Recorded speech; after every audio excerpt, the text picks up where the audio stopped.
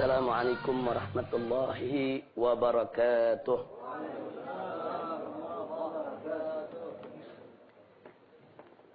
Bismillah, walhamdulillah, wala hawla wala quwwata illa billah. Ashhadu an la ilaha illallah wahdahu la syarika lah. Wa ashhadu anna sayyidana Muhammadan abduhu wa rasuluh la nabiyya ba'dah.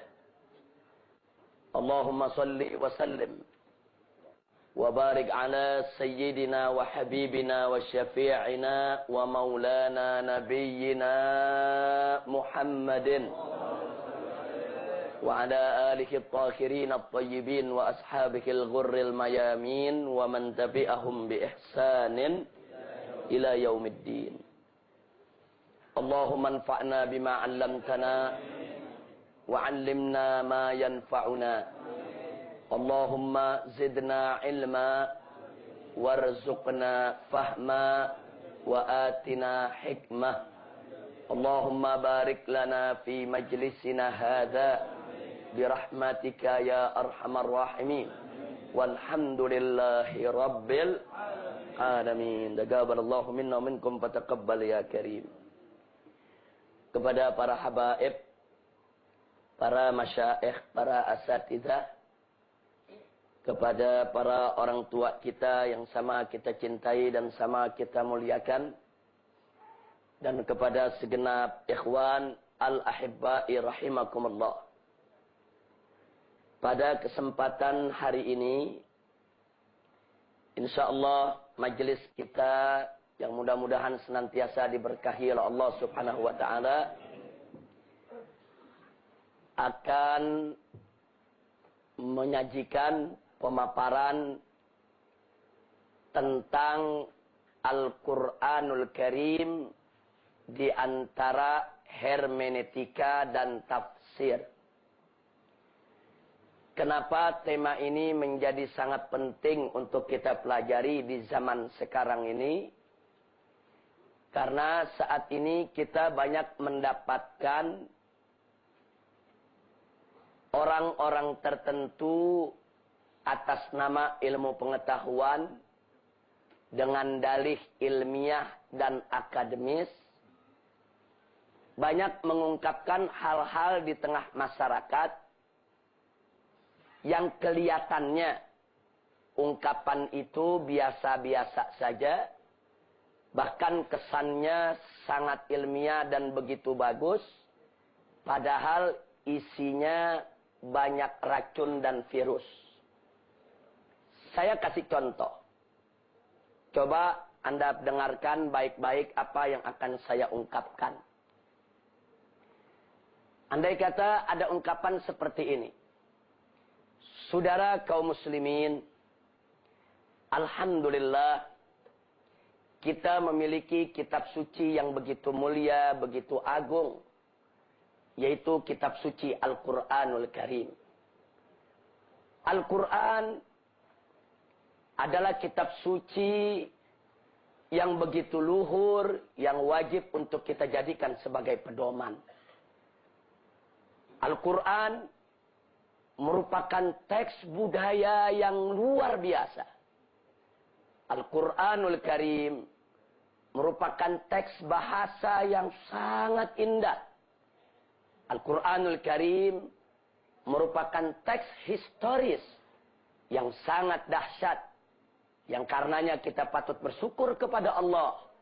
Kita memiliki Al-Qur'anul Karim yang begitu mulia dan begitu agung. Jujur, saya mau tanya kepada Anda yang hadir, sepintas lalu, Kalau Anda dengar ungkapan seperti tadi, ungkapan tersebut bagus tidak? Bagus. Indah tidak? Kesannya memuji Al-Quran tidak? Padahal di dalamnya ada racun dan virus, saudara. Nah, ini yang akan kita bahas pada kesempatan hari ini. Sebab bagaimana bisa kita melindungi diri dari virus kalau kita tidak kenal virusnya. Jadi kita mesti kenali mana virusnya supaya kita nanti bisa mendapatkan yaitu obat mujarab, cara yang manjur untuk bisa membentengi diri kita, memberikan imunisasi yang kuat terhadap virus-virus tadi. Insya Allah. Nah, yang akan saya paparkan pada hari ini hanya sebagian kecil. Hanya sebagian kecil dari metodologi yang sering digunakan oleh orang-orang macam tadi di dalam menghancurkan akidah umat Islam. Hanya sebagian kecil. Di sana masih banyak lagi cara-cara lain yang begitu halus, begitu luar biasa, yang mereka gunakan, yang kalau umat tidak waspada dan kita tidak membentengi umat, maka bukan tidak mungkin, yaitu suatu saat umat Islam ini akan betul-betul tertular dengan virus yang sangat mematikan akidah. Na'udzubillah min dzalik. Nah, kita mulai saja untuk menyingkat waktu. Jadi saya minta semua betul-betul konsentrasi. Karena pemaparan ini sangat penting, memang agak sedikit rumit. Tapi insya Allah, kalau kita dengan konsentrasi yang cukup, nalar kita bisa ikut bekerja. Mudah-mudahan kita bisa memahaminya. Amin ya Rabbal Alamin. Jadi hari ini kita akan mempelajari metodologi penafsiran Bible. Bible itu kitab yang dianggap suci oleh umat Nasrani. Bahkan orang Yahudi pun juga menyebut Taurat mereka dengan sebutan Bible. Yang jelas ini bukan Al-Quran. Metodologi penafsiran Bible yang namanya hermeneutika. Hermeneutika. Dalam studi Al-Quran. Nah, ini yang ingin kita bahas pada kesempatan yaitu hari ini. Sebelum kita mulai, kita perhatikan dulu apa yang Allah firmankan dalam surat An-Najm. Ayat 3 dan 4. A'udzu billahi minasyaitonir rajim. Bismillahirrahmanirrahim. Wa ma yantiqu 'anil hawa in huwa illa wahyu yuha. Shadaqallahul azim. Jadi Allah menegaskan di dalam Al-Quranul Karim, wa ma yantiqu, yakni tidaklah Rasulullah yaitu Muhammad ibnu Abdullah sallallahu alaihi wasallam yantiq, mengucapkan suatu ucapan anil hawa, bersumber dari hawa nafsunya. Tidak. Jadi Allah yang menyatakan tidak. Muhammad itu tidak mengucapkan kata-kata, menyampaikan kalimat yaitu bersumber dari hawa nafsunya. In huwa illa wahyu yuha. Melainkan apa yang beliau sampaikan adalah wahyu yang diwahyukan oleh Allah kepadanya. Jadi ini jaminan dari Allah bahwa apa yang Nabi sampaikan kepada kita daripada Al-Quranul Karim semuanya adalah wahyu Allah. Bukan buatan manusia, bukan buatan Muhammad. Baik redaksi maupun maknanya, dua-duanya datang dari Allah subhanahu wa ta'ala. Nah, kemudian masih dalam Al-Quran surat Al-Haqqah ayat 44 sampai 46. Allah menyampaikan kepada kita, a'udzu billahi minasyaitonir rajim, walau taqawwala 'alaina ba'dal aqawil la akhadna minhu bil yamin thumma laqata'na minhu al watin. Shadaqallahul azim. Luar biasa ayat ini, saudara. Allah menyatakan walau taqawwala 'alaina, andai kata Muhammad putra Abdullah itu mencoba mengada-ada ucapan-ucapan ba'dal aqawil, kata-kata yang bukan dari kami dinisbahkan kepada kami, la akhadna minhu bil yamin. Niscaya akan kami tarik dia dengan tangan kanannya. Akan kami hukum dia. Tsumma laqata'na minhul watin. Kemudian akan kami putuskan urat tali jantungnya. Masya Allah. Jadi Allah yang kasih jaminan bahwa Nabi kita nggak dusta. Itu betul-betul wahyu dari Allah. Coba-coba wahyu itu dirobah-robah oleh Rasulullah. coba-coba wahyu itu tidak disampaikan, coba-coba wahyu itu ditambah-tambah atau dikurangi, Allah memberikan ancaman kepada nabinya. Jangan coba-coba. Allah akan putuskan urat tali jantungnya. Nah, jadi kita bisa lihat ini jaminan. Allah memberikan jaminan kepada kita bahwa Nabi kita Sayyiduna Muhammad SAW menyampaikan kepada kita dari ayat-ayat Al-Quran semuanya. Tanpa dikurangi, tanpa dilebihkan. Semuanya yang Nabi sampaikan betul-betul murni dari Allah. Dan tidak boleh sedikit pun kita ragukan. Apalagi Allah nyatakan dalam awal surat Al-Baqarah. Faqala ta'ala. Dzalikal kitabu la raiba fihi hudal lil muttaqin. Dzalikal kitab. Yang dimaksud Alkitab di sini adalah Al-Quran. Itulah Al-Quran yang bagaimana? La raiba fihi. Yang tidak ada sedikit pun keraguan di dalamnya. Hudal lil muttaqin. Menjadi petunjuk bagi orang-orang yang bertakwa. Nah, mudah-mudahan kita semua senantiasa diberikan oleh Allah Subhanahu wa taala keimanan dan keyakinan tanpa sedikit pun keraguan akan tentang kebenaran Al-Qur'anul Karim. Amin ya rabbal alamin. Ya, jadi dengan dua ayat yang kita sudah sampaikan tadi jelas ada jaminan dari Allah bahwa Al-Qur'an datang dari Allah, merupakan wahyu Allah, sedikit pun tidak ditambah, tidak dikurang oleh Nabi kita Muhammad sallallahu alaihi wasallam. Dan dalam surat Al-Hijr ayat 9 dengan tegas Allah menyatakan, Allah menjamin. Di mana Allah menyatakan faqala ta'ala inna nahnu nazzalna dzikra wa inna lahu lahafizun. Shadaqallahul azim. Kata Allah dalam ayat ini inna nahnu nazzalna dzikra. Sesungguhnya kami yang telah menurunkan az-dzikra yaitu Al-Qur'an. Dan Allah berjanji wa inna lahu lahafizun. Dan niscaya kami yang akan menjadi penjaganya. Nah, jadi Allah berikan jaminan ini. Sejak Al-Quran itu diturunkan. Sampai masuk dalam proses periwayatan, proses penulisan.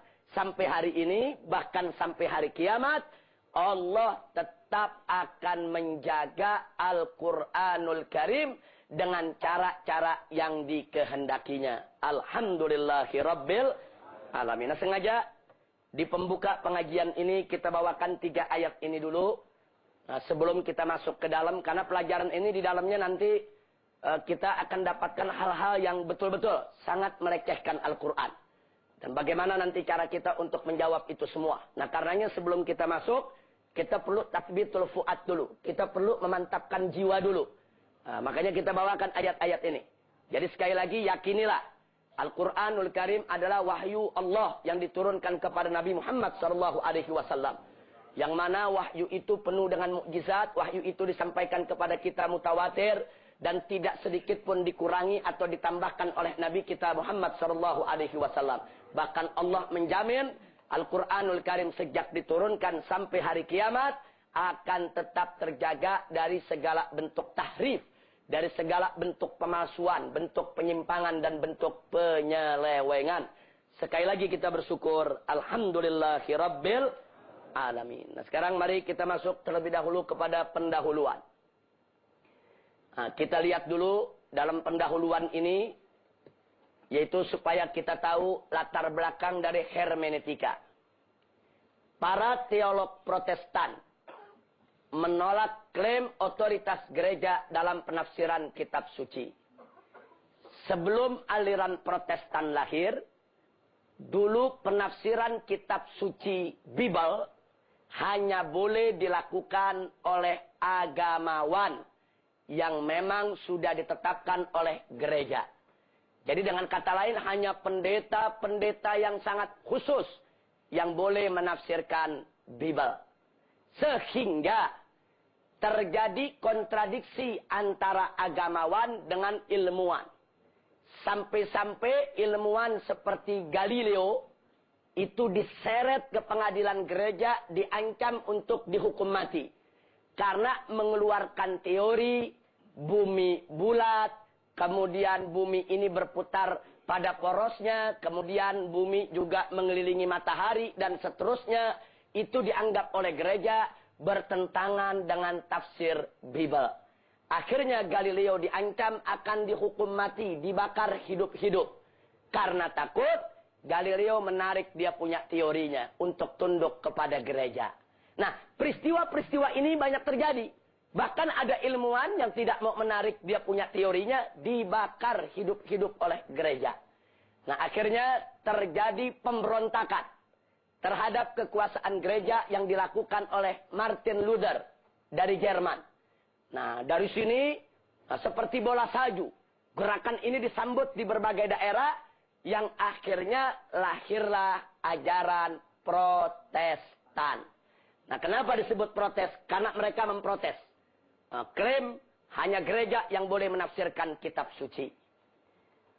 Nah, kemudian bagi Protestan, siapapun berhak menafsirkan kitab suci asal tahu bahasa dan konteks sejarahnya. Jadi bagi Protestan, nggak mesti pendeta yang menafsirkan Bible. Siapa saja boleh. Dia tahu bahasa Bible, dia ngerti konteks sejarah, dia bebas untuk menafsirkannya. Nah, dari sini akhirnya lahirlah metodologi hermeneutika sebagai upaya pembebasan tafsir Bible dari dogma. Nah, dogma itu doktrin baku yang datang dari gereja. Ini mereka semuanya ditolak oleh kelompok ini, yang akhirnya mereka menggunakan metodologi hermeneutika untuk menafsirkan Bible, yaitu sesuai dengan yang mereka harapkan, membebaskan tafsir Bible dari dogma gereja. Ini sebagai latar belakang bagaimana hermeneutika itu lahir. Jadi lahirnya hermeneutika tidak ada sangkut paut dengan Islam. Lahirnya hermeneutika tidak ada sangkut paut dengan Al-Quran. Lalu apa yang mereka lakukan dengan hermeneutika? Injil pun, Bible pun mereka korek-korek. Nah, Bible mereka kritik, mereka protes. Jadi kalau ada ayat-ayat Bible yang tidak sesuai dengan akal, mereka katakan ini palsu. Nah, jadi Bible harus tunduk kepada pemahaman akal mereka. Nah, ini yang terjadi. Nah, kemudian mereka lakukan yaitu upaya untuk mengkritisi Bible dengan metodologi yang mereka tetapkan. Nah, akhirnya mereka bangga kalau mereka sudah mampu mengkritik kitab suci mereka. Nah, ini mereka ingin mentransfer ke umat Islam. Nah, jadi mereka katakan kepada umat Islam, coba lihat dong kami, umat Kristen. Kami tidak pernah takut untuk mengkritik nabi kami sendiri. Untuk mengkritik kitab suci kami sendiri. Kenapa kalian umat Islam terlalu terpaku dengan dogma? Kenapa kalian umat Islam terlalu bertaklid? Kenapa kalian umat Islam tidak ingin menggunakan akal kalian? Kenapa harus tunduk buta kepada manusia yang bernama Muhammad? Mestinya kalian juga terbuka, periksa. Muhammad itu bohong atau tidak. Nah, kalau nanti begitu kalian periksa Muhammad ternyata tidak bohong, itu keuntungan buat kalian. Tapi kalau ternyata Muhammad bohong, kewajiban kalian untuk meluruskannya. Nah, ini yang mereka propagandakan di tengah umat Islam. Jadi mereka begitu bangga, lihat kami.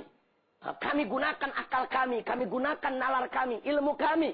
Nah, untuk memeriksa kitab suci kami sendiri.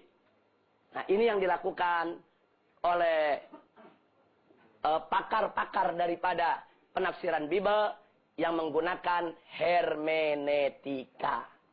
Nah, jadi supaya kita tahu pendahuluannya bagaimana hermeneutika lahir. Nah, sekarang mari kita lihat lagi. Apa yang menjadi seruan kalangan orientalis. Seorang pendeta asal Irak. Dan dia menjadi dosen di Birmingham University di Inggris. Yaitu yang bernama Alfonso Mingana. Ini lahir tahun 1839, wafat 1932. Dia membuat seruan. Bunyi seruannya, perhatikan. Sudah tiba masanya untuk melakukan kritik teks terhadap Al-Quran. Sebagaimana telah kita lakukan terhadap Bible Yahudi yang berbahasa Ibrani Aramaik. Dan kitab suci Kristen yang berbahasa Yunani. Perhatikan. Jadi sang pendeta ini mengatakan dengan terang-terangan kepada kalangan orientalis. Nah, jadi kita kan sudah melakukan kritik terhadap Bible Yahudi, Taurat maksudnya, terhadap Bible-nya Nasrani, Injil maksudnya. Maka sudah tiba saatnya. Kini giliran kita mengkritisi Al-Quran. Jadi ini seruan datang dari kalangan orientalis sejak tahun 1839. Nah, ini bisa kita dapat dalam buku Mingana yang diterbitkan tahun 1927. Nah, di situ kita bisa lihat Syriac Influence on the Style of the Quran. Ini buku yang dibuat oleh dia ajukan seruan ini, dia ajak semua pihak, termasuk ulama kaum muslimin, agar jangan takut berfikir. Ini bahasa dia. Mereka bilang umat Islam ini takut berfikir, makanya nggak berani mengkritik Al-Quran. Umat Islam ini terbelakang di dalam menggunakan nalar, makanya tidak berani untuk menyelami daripada studi teks Al-Quran. Nah, kemudian mari kita lihat lagi, itu seruan barusan. Nah, kemudian kini ada ajakan. Nah, ajakan dari siapa? Dari tokoh Kristen Metodis dari Australia, Arthur Jeffrey. Oh, ini Jeffrey luar biasa. Paling banyak mengarang kitab yang berkaitan dengan tafsir, yang berkenaan dengan Al-Quran dan yang berkenaan dengan hadis. Nah, Jeffrey ini lahir 1893, wafat 1956. Nah, dia melakukan ajakan. Perhatikan ajakannya. Apa yang kita butuhkan, bagaimanapun, adalah tafsir kritis yang mencontohi karya yang telah dilakukan oleh orientalis modern. Sekaligus menggunakan metode-metode penelitian kritis modern untuk tafsir Al-Quran. Nah, jadi Arthur Jeffrey ini melakukan kampanye di mana-mana. Nah, baik kepada orang Kristen maupun orang Islam, para cendekiawan, supaya membuat tafsir Al-Quran edisi kritis. Jadi harus dikritisi. Nah, ini disebutkan dalam bukunya, yaitu The Quran as Scripture. Jadi ada satu buku yang diterbitkan tahun 1952 oleh Jeffrey. Dia sebutkan persoalan ini, dan di dalam buku tersebut padat, yaitu dengan kritik terhadap Al-Quran. Nah, sekarang setelah ada seruan, ada ajakan dari orientalis, bagaimana sambutan umat Islam? Mari kita lihat ya ikhwan. Di Indonesia ada mega proyek yang dibuat kerjasama antara Sepilis dan dengan Asia Foundation. Sepilis adalah sekularisme, pluralisme, dan liberalisme. Nah, jadi kita singkat Sepilis.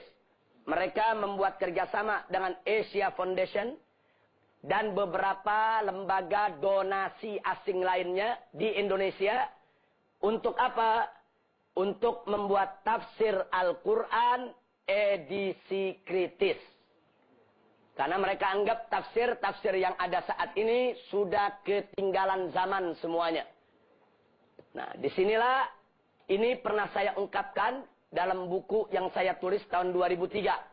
Yaitu tentang amar ma'ruf nahi munkar. Jadi sumbernya ada di sana semua. Nah, silakan bagi mereka yang ingin mengkajinya lebih dalam.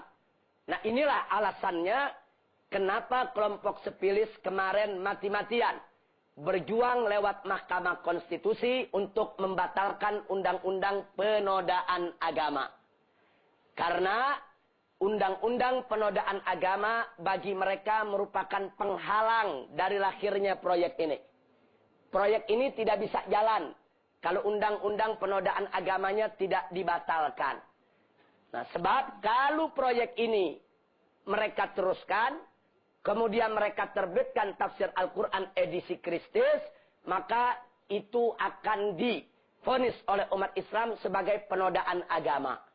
Nah, maka proyek ini akan berhadapan dengan hukum. Makanya kemarin mereka mati-matian. Batalkan dulu itu undang-undang.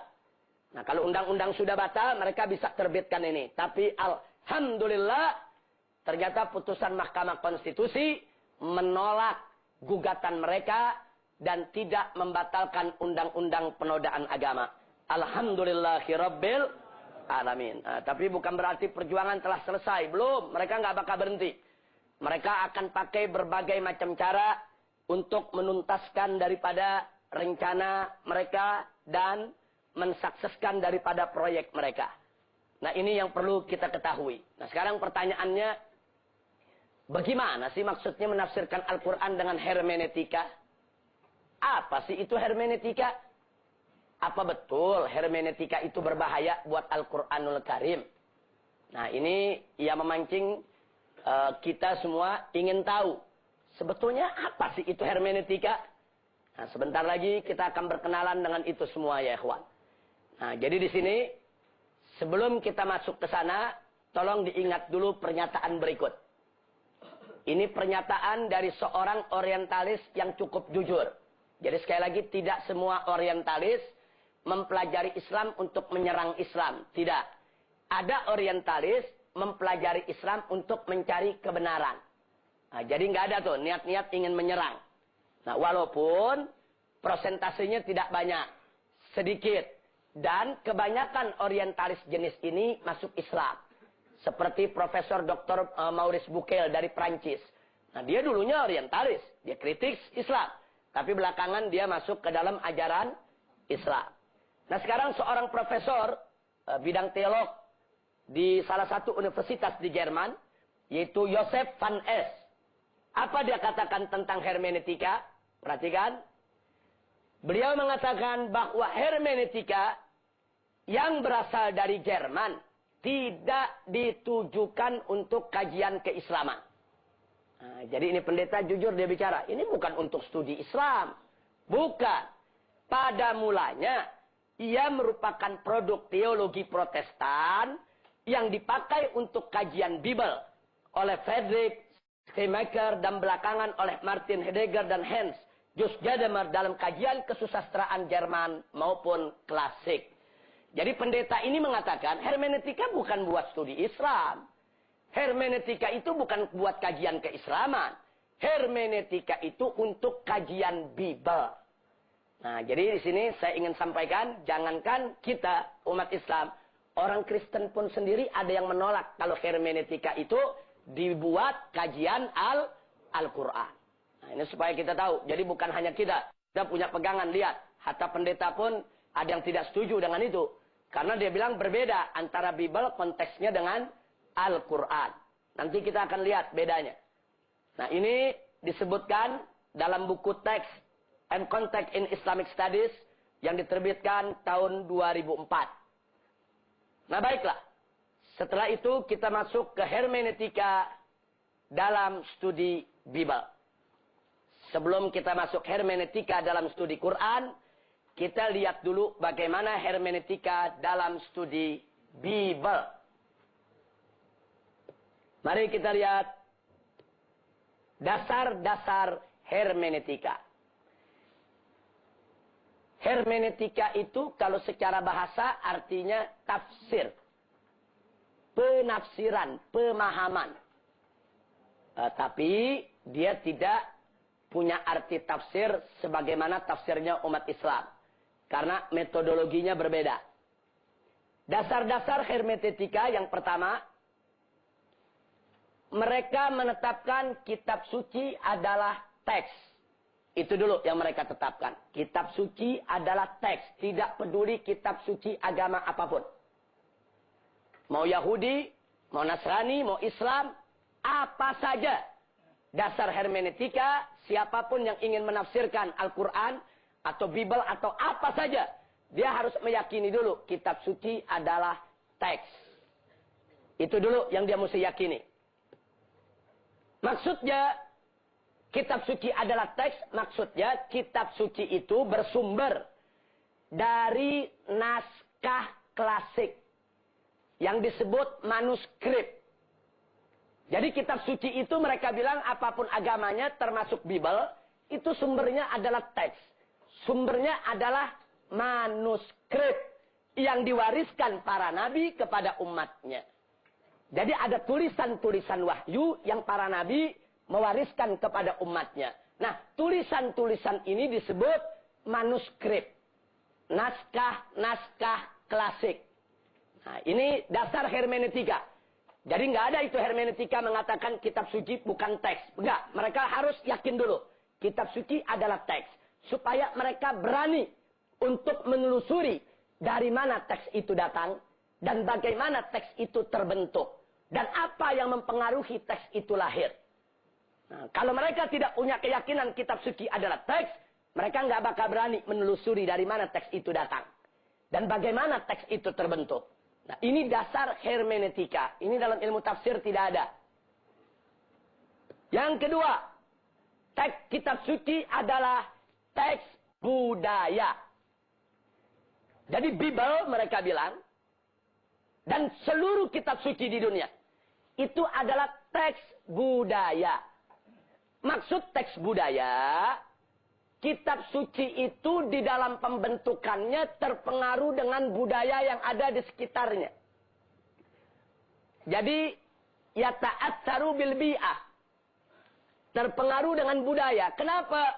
Karena tidak ada kitab suci yang bisa melepaskan diri dari kungkungan realitas dan budaya. Realitas maksudnya sikon, situasi dan kondisi yang ada. Kenyataan yang ada saat itu.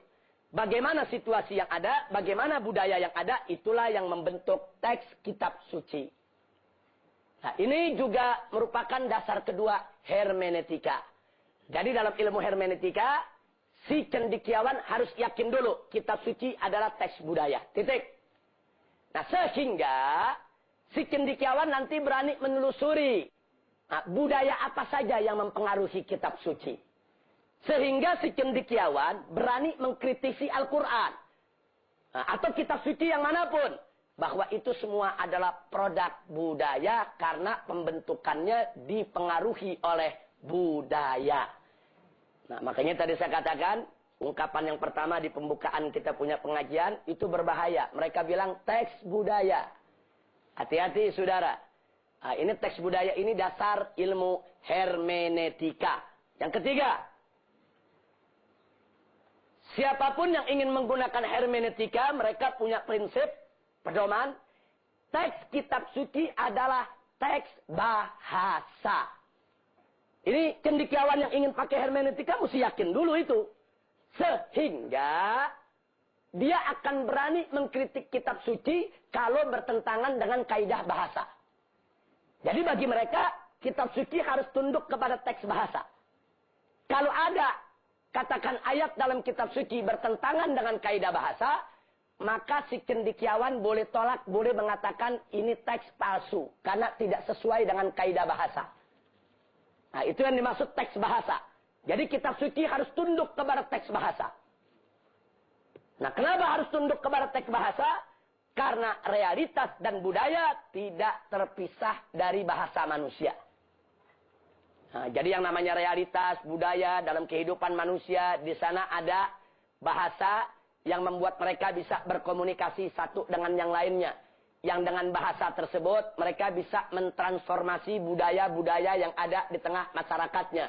Makanya menurut mereka, karena kitab suci adalah teks budaya, maka kitab suci tidak terlepas juga sebagai teks bahasa. Yang keempat, teks kitab suci adalah teks historis. Maksudnya kitab suci itu hanya rekaman sejarah yang dialami oleh seorang nabi saat kitab suci itu diturunkan. Sejarah apa yang terjadi di sekitarnya? Oh, ada kasus pencurian, turunlah ayat pencurian. Oh, ada kasus zina, turunlah ayat, yaitu tentang kasus zina.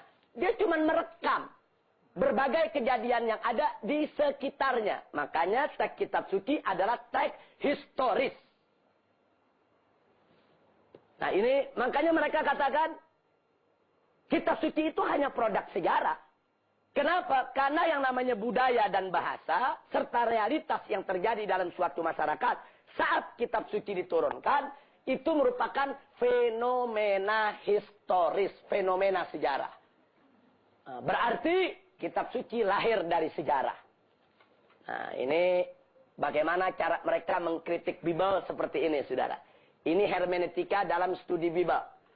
Jadi Bible mereka perlakukan begini. Kata mereka Bible itu cuma teks. Bible itu teks budaya. Bible itu teks bahasa. Bible itu teks historis, kata mereka. Kenapa? Karena memang Bible itu hanya sebuah manuskrip yang mana tidak terlepas daripada pengaruh budaya, bahasa, dan sejarah yang membentuknya. Nah, yang terakhir, yang kelima, dasarnya, kalau kitab suci sudah merupakan teks, dia merupakan teks budaya, bahasa, dan historis, maka pasti teks kitab suci adalah teks manusiawi. Maksudnya teks manusiawi, teks yang dibuat oleh manusia. Nah, bukan dibuat oleh Tuhan. Kenapa? Karena dia terpengaruh dengan budaya. Kalau Tuhan tidak terpengaruh dengan budaya. Karena dia terpengaruh dengan bahasa. Kalau Tuhan tidak terpengaruh dengan bahasa. Karena dia terpengaruh dengan sejarah. Al-Quran, kitab suci tidak terpengaruh dengan Tuhan, tidak terpengaruh dengan sejarah. Tidak.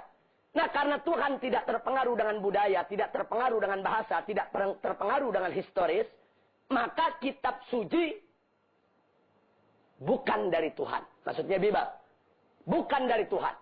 Tapi dia datang dari sesuatu yang bisa terpengaruh oleh budaya, bahasa, dan historis.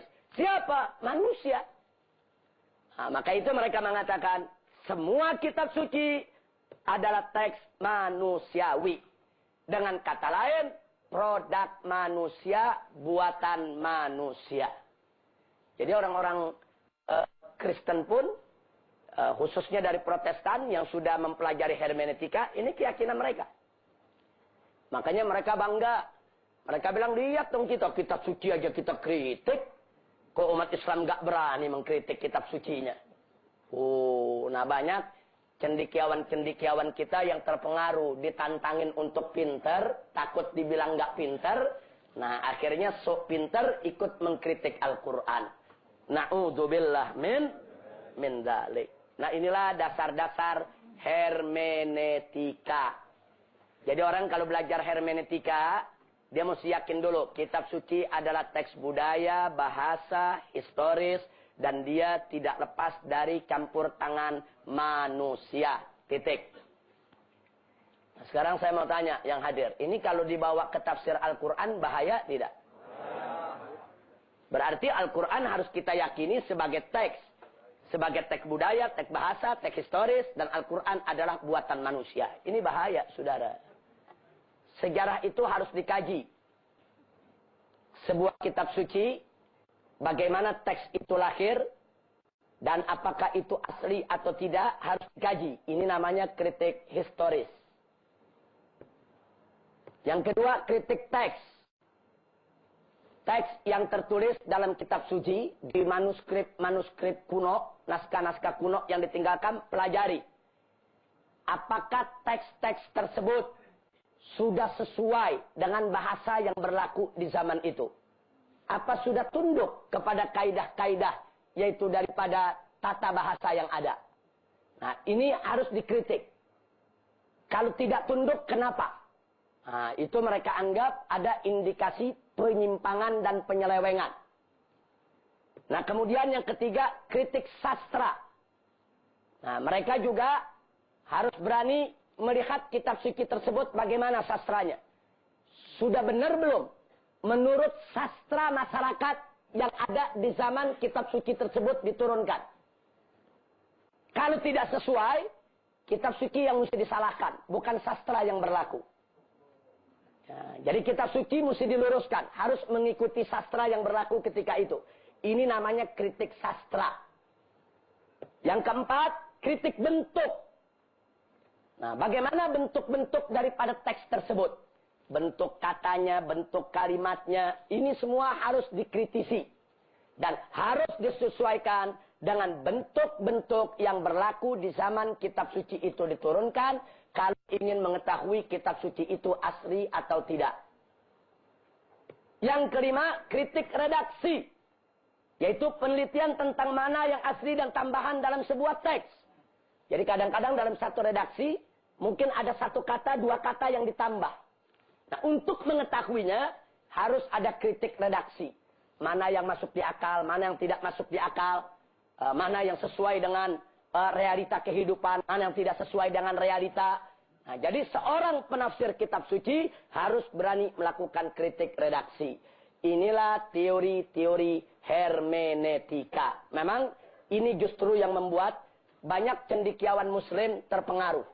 Karena kelihatan teorinya ini sangat ilmiah. Berani mengkritik. Ini betul-betul mengagungkan akal. Mengagungkan akal, nalar, logika, dan ilmu yang dimiliki oleh seorang cendekiawan. Nah, seorang cendekiawan sangat bangga kalau logika dan akalnya bisa dihargai. Maka itu mereka banyak terpengaruh dengan teori ini. Akhirnya mereka ikut ke dalam teori ini, dan mereka coba untuk ngorek-ngorek Al-Quranul Karim. Baik. Nah, sekarang kalau sudah tahu sedemikian rupa, maka yang berikutnya kita lihat sifat hermeneutika. Ini yang penting. Ini yang penting. Sifat hermeneutika. Sifat hermeneutika yang pertama, relativisme. Pokoknya siapa saja yang menggunakan hermeneutika dalam kajian kitab suci, pasti punya pendapat relativisme. Apa yang dimaksud dengan relativisme? Mereka akan berkeyakinan bahwasanya tidak ada tafsir yang mutlak benar. Semuanya relatif. Tidak ada yang mutlak benar. Nah, ini makanya orang-orang liberal kenapa mengatakan semua agama sama? Ini dia. Nah, karena mereka punya pemikiran relativisme. Nggak ada kebenaran mutlak, dia bilang. Nggak bisa satu agama mengklaim kalau dirinya yang paling benar agamanya. Sementara yang lain salah. Nggak bisa. Bisa jadi Islam yang benar, Kristen yang salah, atau sebaliknya. Kristen yang benar, Islam yang salah. Nah, jadi ini namanya relatif. Bahkan dia katakan, kalau begitu ini relatif. Tidak ada tafsir yang mutlak benar. Yang akibatnya akan mengantarkan tidak ada agama yang mutlak benar. Dan seterusnya. Nah, ini hati-hati. Ini namanya relativisme. Di universitas-universitas negeri di Indonesia, ini banyak sekali dosen yang mengajarkan relativisme. Dan banyak mahasiswanya yang ikut mengiyakan, mengaminkan, membenarkan, yaitu pemikiran macam ini. Nah, kalau orang sudah relativisme, dia mengatakan tidak ada kebenaran yang mutlak, semua kebenaran relatif, maka dia akan menjadi skeptis. Nah, ini disebut skeptisisme. Apa itu skeptisisme? Yaitu suatu paham, keyakinan yang meragukan kebenaran dari manapun datangnya. Nah, kalau pertama dia katakan, nggak ada tuh mutlak benar, nggak ada. Nah, lama-lama dia akan skeptis. Dia akan ragu dengan semua kebenaran. Nah, kalau sudah ragu dengan semua kebenaran, maka dia akan terpengaruh dengan antagonisme. Antagonisme itu maksudnya ala adria. Dia mengatakan, saya tidak tahu mana yang benar. Nah, itu kalau udah begitu, ujung-ujungnya ateis. Nggak percaya kepada kebenaran. Nah, ujung-ujungnya ateis. Nggak percaya kepada Tuhan, nggak percaya kepada agama. Awalnya memang bukan ateis, bukan. Awalnya tidak ada kebenaran yang mutlak. Nah, dari situ semua kebenaran diragukan. Nah, kalau kebenaran semua diragukan, nanti lama-lama saya tidak tahu mana yang benar. Nah, nanti ujung-ujungnya saya udah nggak percaya dengan kebenaran. Nah, itulah yang kita sebut di sini desakralisasi teks. Nah, kalau sudah dia bersikap relativisme, yang mengantarkan kepada skeptisisme, yang kemudian nanti bersikap antagonis, bahkan bersikap ateis, maka sikapnya terhadap kitab suci desakralisasi teks. Yang maksudnya desakralisasi teks, bahwa semua kitab suci tidak ada yang sakral. Tidak ada yang suci, karena semuanya buatan manusia. Oh, ini berbahaya, dan ini sudah kita buktikan. Bagaimana Sumanto Qurtubi dalam bukunya yang berjudul Lubang Hitam Agama, ini dia katakan bahwa kitab suci Al-Quran tidak sakral, tidak suci. Tidak. Kitab suci Al-Quran itu, dia bilang, itu merupakan konspirasi antara Jibril dan Muhammad dan masyarakat Quraisy. Nah, jadi coba lihat, kenapa bisa lahir pendapat macam itu? Ini tadi. Karena memang dia sudah meyakini relativisme, skeptisisme, yang akhirnya mengantarkan kepada desakralisasi teks. Yang keempat, kalau sudah dia punya keyakinan teks itu tidak ada yang sakral, tidak ada yang suci, maka tidak perlu tabu menafsirkan kitab suci. Nggak ada ketabuhan, nggak ada larangan. Orang nggak suci, nggak sakral kok. Kalau nggak sakral, siapa aja boleh menafsirkan. Siapa aja boleh ngomong, siapa aja boleh bicara. Kalau itu sakral, baru nggak boleh. Nah, jadi untuk mengundang agar semua orang bisa seenaknya menafsirkan Al-Quran, saudara, mereka melakukan desakralisasi teks. Mereka melakukan upaya bahwa teks Al-Quran tidak suci. Ini sifat hermeneutika. Makanya Anda boleh perhatikan, siapapun profesor, doktor yang mengaku beragama Islam, kalau sudah bicara hermeneutika, pasti ragu akan kebenaran. Pasti mengklaim semua agama sama dan benar. Pasti begitu bangga dengan pluralisme, inklusivisme, dan lain sebagainya. Na'udzubillah min dalik. Jadi yang keempat itu, siapa saja berhak menafsirkan teks kitab suci. Yang kelima, kalau sudah begini, akan terjadi siklus hermeneutis. Ini siklus hermeneutis, ini penyakitnya hermeneutika. Apa maksudnya? Maksudnya makna senantiasa berubah. Jadi kitab suci itu harus ikut zaman dong. Jadi kitab suci itu harus ikut zaman. Makanya di sini kita tuliskan non statis. Dia tidak tetap. Jadi kalau zamannya maju, ya tafsirnya mesti maju. Lebih maju lagi, ya tafsirnya mesti lebih maju lagi. Nah, makanya mereka katakan ini ada siklus hermeneutis. Nah, jadi kalau tafsir yang tahun 60-an, itu buat yang tahun 60. Nah, ini kan kita tahun 2010. Mesti ada tafsir yang tahun 2010.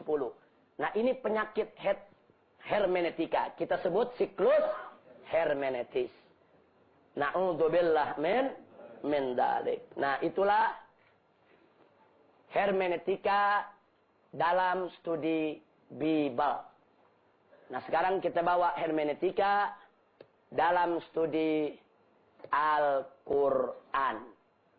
Nah, jadi supaya kita tahu bahayanya di mana. Bagaimana cara kita menjawabnya? Insya Allah. Hermeneutika dalam studi Al-Quran, kita lihat dulu dari sisi istilah dan sejarah.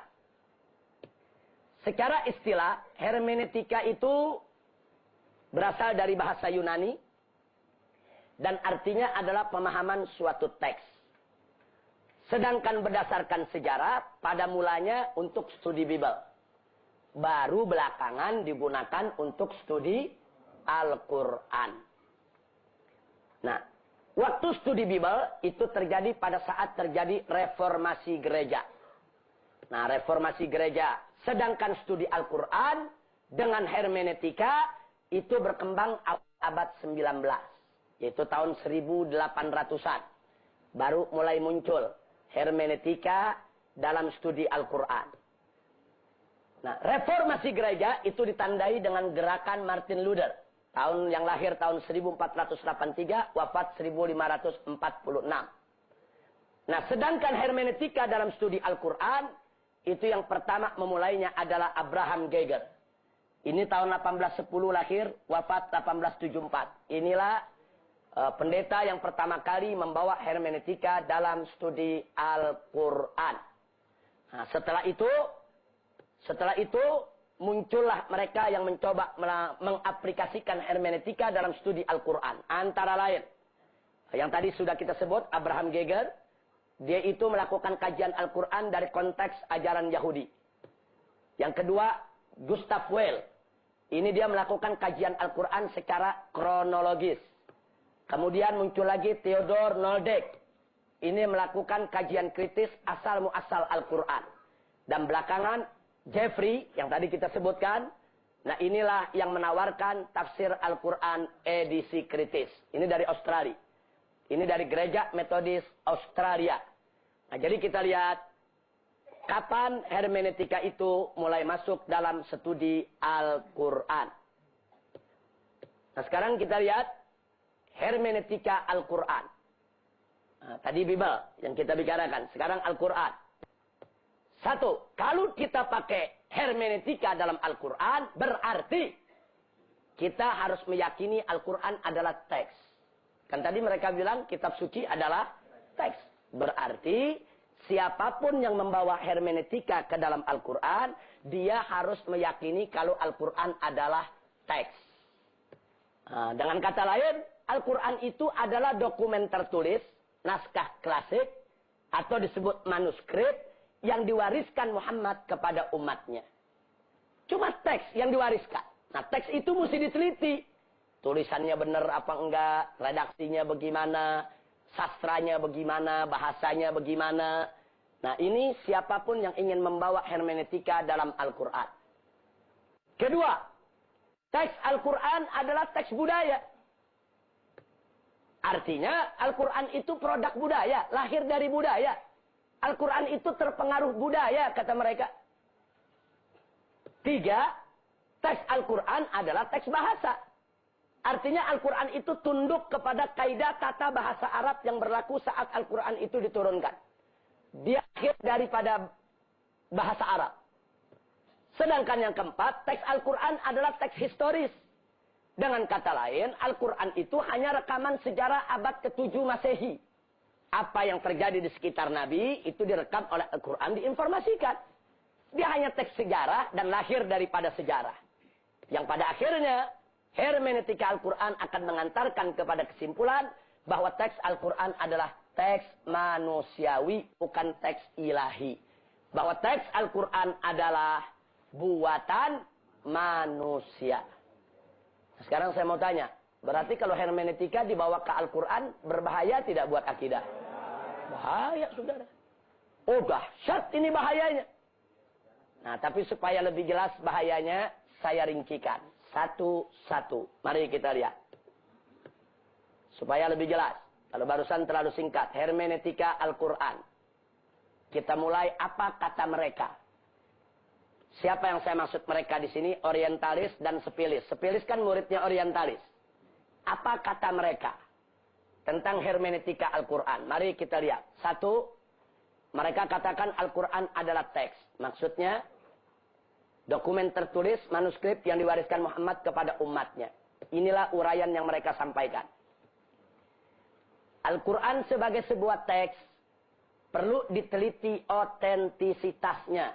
Otentisitasnya maksudnya keotentikannya, keasliannya, kebenarannya.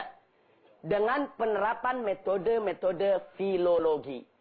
Metode filologi adalah metode untuk menyelidiki keaslian suatu manuskrip, suatu naskah kuno. Jadi kalau ada naskah-naskah kuno, prasasti-prasasti, mau diselidiki dari zaman kerajaan apa, tahun berapa, bagaimana, itu ada metode. Metode itu disebut filologi. Nah, filologi ini yang tadi kita sebut, historical criticism, yaitu kritik histori, kritik sejarah. Kemudian textual criticism, ini maksudnya kritik teks. Kemudian literary criticism, ini maksudnya kritik sastra. Form criticism, ini maksudnya kritik bentuk. Kemudian redaction criticism, ini maksudnya kritik redaksi, yang tadi sudah kita bahas. Jadi Al-Quran sebagai sebuah teks, kata mereka, perlu diteliti otentisitasnya dengan penerapan metode-metode filologi. Kenapa? Karena metode-metode tersebut merupakan metode penelitian modern yang telah sukses diterapkan dalam studi kritis Bible. Dan telah diakui oleh banyak kalangan peneliti dan cendekiawan dari Yahudi, Kristen maupun Islam. Jadi dengan kata lain, kalau Anda mau modern, pakai dong ini teori. Ini teori modern. Kalau Anda nggak pakai teori ini, berarti Anda ketinggalan zaman. Anda terbelakang. Anda tidak modern. Nah, kenapa Anda harus melarikan diri dari teori yang modern? Anda takut ketahuan Al-Quran itu bohong. Anda takut ketahuan Al-Quran itu buatan Muhammad. Anda takut ketahuan kalau Al-Quran itu bukan kitab suci. Nah, kalau Anda menggunakan ini berarti Anda ketakutan sendiri. Kalau betul Anda yakin Al-Quran itu asli, datang dari Allah, ayo dong kita pakai kritik ini. Nah, makanya banyak cendekiawan kita yang pada awalnya tertantang, saudara. Nah, masuk pakai hermeneutika. Tapi dia lupa. Kalau dasar-dasar hermeneutika itu akan membawa Al-Quran dilecehkan. Dia lupa, atau mungkin memang dia pura-pura lupa. Kalau sifat-sifat hermeneutika itu relativisme, memang sudah penuh dengan keraguan-raguan, tidak percaya ada kebenaran. Nah, ini yang jadi persoalan. Nah, sekarang bagaimana cara menjawab ini ya ikhwan? Ini bagian pertama. Hermeneutika Al-Quran ini yang mereka katakan. Cara menjawabnya, mari kita lihat. Nah, kita menjawab bukan dengan hermeneutika, tapi kita menjawab dengan tafsir. Nah, kalau kita pakai tafsir, Al-Quran bukan teks. Al-Quran bukan teks. Loh, kenapa? Mari kita lihat. Al-Quran adalah bacaan yang dihafal. Dan diwariskan dari generasi ke generasi secara mutawatir. Al-Quran bukan manuskrip, bukan. Al-Quran hafalan. Waktu Allah turunkan kepada Nabi lewat malaikat Jibril, bukan dalam bentuk manuskrip, bukan. Tidak ada naskah tulisan. diwahyukan kepada Nabi sehingga Nabi hafal. Dan Nabi menyampaikan kepada para sahabat sehingga juga para sahabat hafal. Nah, hafalan itu bukan teks. Tolong diwaspadai. Hafalan bukan teks. Jadi, hafalan yang menjadi sumber pengetahuan kita tentang Al-Quran. Dari mana kita tahu Al-Fatihah itu bagian dari Al-Quran? Dari mana kita tahu Al-Baqarah itu bagian dari Al-Quran? Bukan dari teks, bukan. Tapi dari hafalan yang turun-temurun dari generasi ke generasi secara mutawatir. Nah, maka itu di sini kita tuliskan, perhatikan. Al-Quran pada dasarnya bukanlah tulisan, tetapi merupakan bacaan. Makanya namanya Al-Quran. Al-Quran itu artinya adalah bacaan. Nah, jadi luar biasa, pantas kitab suci kita Allah kasih nama Al-Quran. Kenapa? Allah tahu nanti di tahun 2010 ada liberal yang akan mengatakan Al-Quran itu teks. Allah maha tahu ya, Pak. Oh, zaman Al-Quran disebut teks. Jadi dari jauh-jauh hari Allah sudah sebut ini Al-Quran, bukan teks. Nah, makanya tolong dicamkan itu baik-baik ya, Pak. Nah, sekarang mari kita lihat proses pewahyuan.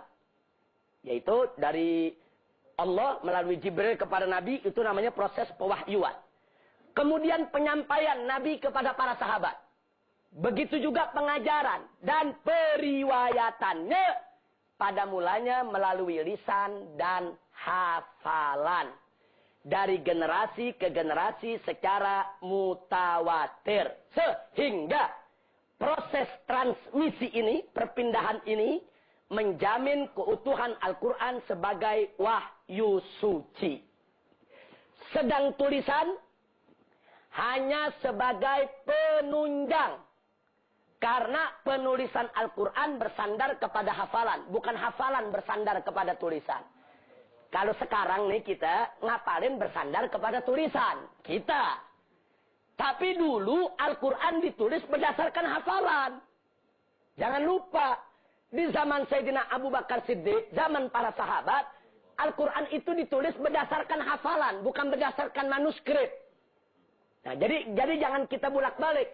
Kalau zaman sekarang betul, kita menghafal lewat tulisan. Itu betul. Sekarang.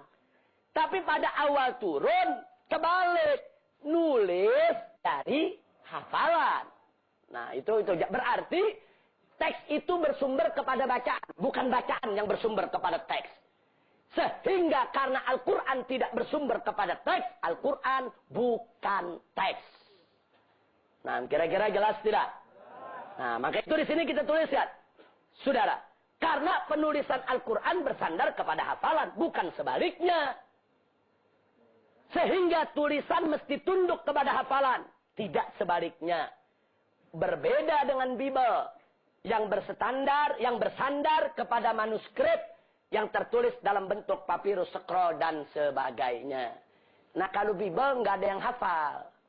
Dari zaman Nabi Isa alaihissalam, nggak ada murid-murid Nabi Isa disuruh ngapalin Bible, ngapalin Injil, nggak ada. Nah, sehingga 300 tahun kemudian, 300 setelah Nabi Isa diangkat oleh Allah, orang-orang Nasrani kebingungan. Injil itu yang mana? Nggak ada yang hafal.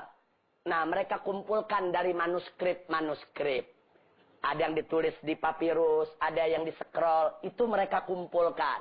Akhirnya lahirlah Injil Matius, Injil Markus, Injil Lukas, Injil Yohanes, Injil Barnabas, dan lain sebagainya. Jadi Bible sumbernya memang manuskrip.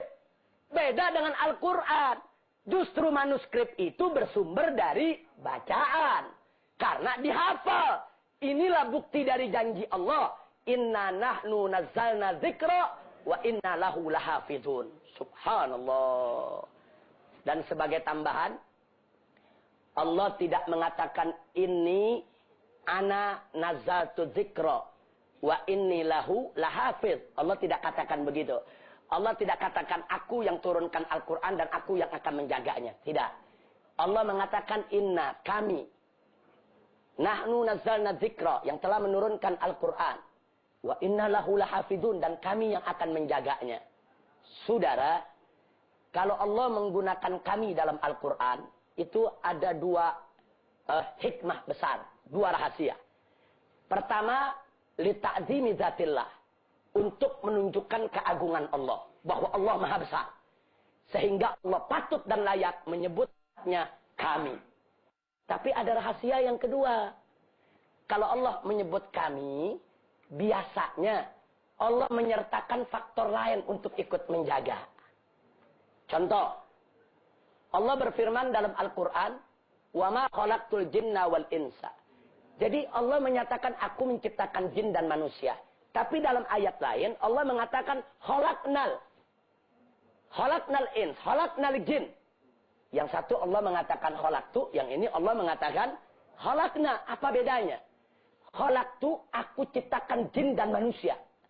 Nah, ini menyangkut manusia yang Allah ciptakan begitu saja, tanpa ada sabab musabab, seperti penciptaan Nabi Adam alaihissalam. Nah, kalau penciptaan Nabi Adam, Allah nyatakan khalaqtu Adam. Aku ciptakan Adam. Karena nggak ada ikut campur unsur lain. Tapi kalau menciptakan manusia yang lain, khalaqnal insan. Kami ciptakan manusia. Kenapa?